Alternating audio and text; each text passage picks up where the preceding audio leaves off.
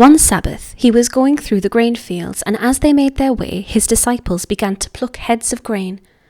The Pharisees said to him, "Look, why are they doing what is not lawful on the Sabbath?"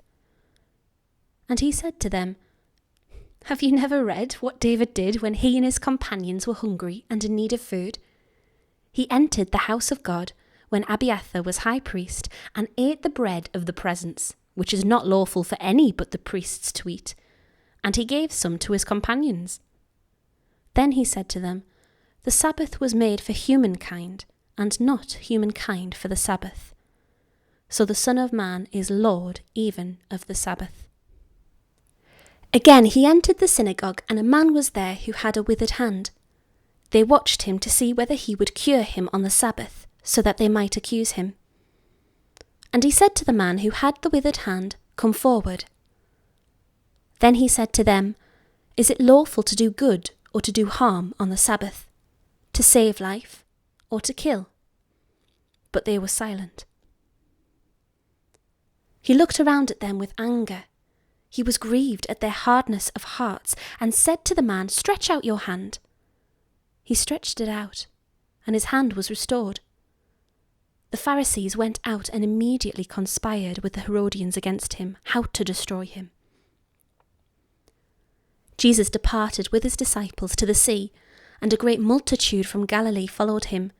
Hearing all that he was doing, they came to him in great numbers from Judea, Jerusalem, Idumea, beyond the Jordan, and the region around Tyre and Sidon. He told his disciples to have a boat ready for him because of the crowd, so that they would not crush him. For he had cured many, so that all those who had diseases pressed upon him to touch him. Whenever the unclean spirits saw him, they fell down before him and shouted, "You are the Son of God!" But he sternly ordered them not to make him known. He went up to the mountain and called to him those whom he wanted, and they came to him.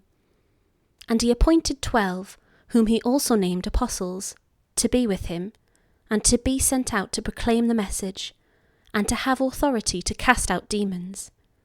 So he appointed the 12.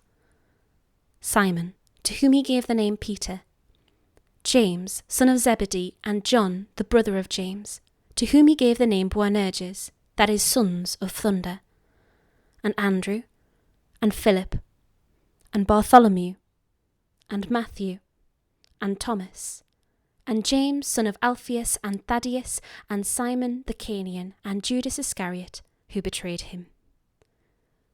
Then he went home, and the crowd came together again, so that they could not even eat. When his family heard it, they went out to restrain him, for people were saying, "He has gone out of his mind." And the scribes who came down from Jerusalem said, "He has Beelzebul, and by the ruler of the demons he casts out demons." And he called them to him, and spoke to them in parables. "How can Satan cast out Satan? If a kingdom is divided against itself, that kingdom cannot stand.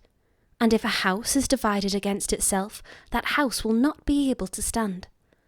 And if Satan has risen up against himself and is divided, he cannot stand, but his end has come. No one can enter a strong man's house and plunder his property without first tying up the strong man. Then indeed the house can be plundered. Truly, I tell you, people will be forgiven for their sins and whatever blasphemies they utter. But whoever blasphemes against the Holy Spirit can never have forgiveness, but is guilty of an eternal sin. For they had said, 'He has an unclean spirit.' Then his mother and his brothers came, and standing outside they sent to him and called him. A crowd was sitting around him, and they said to him, 'Your mother and your brothers and sisters are outside, asking for you.' And he replied, 'Who are my mother and my brothers?' And looking at those who sat around him, he said, 'Here are my mother and my brothers. Whoever does the will of God is my brother and sister and mother.'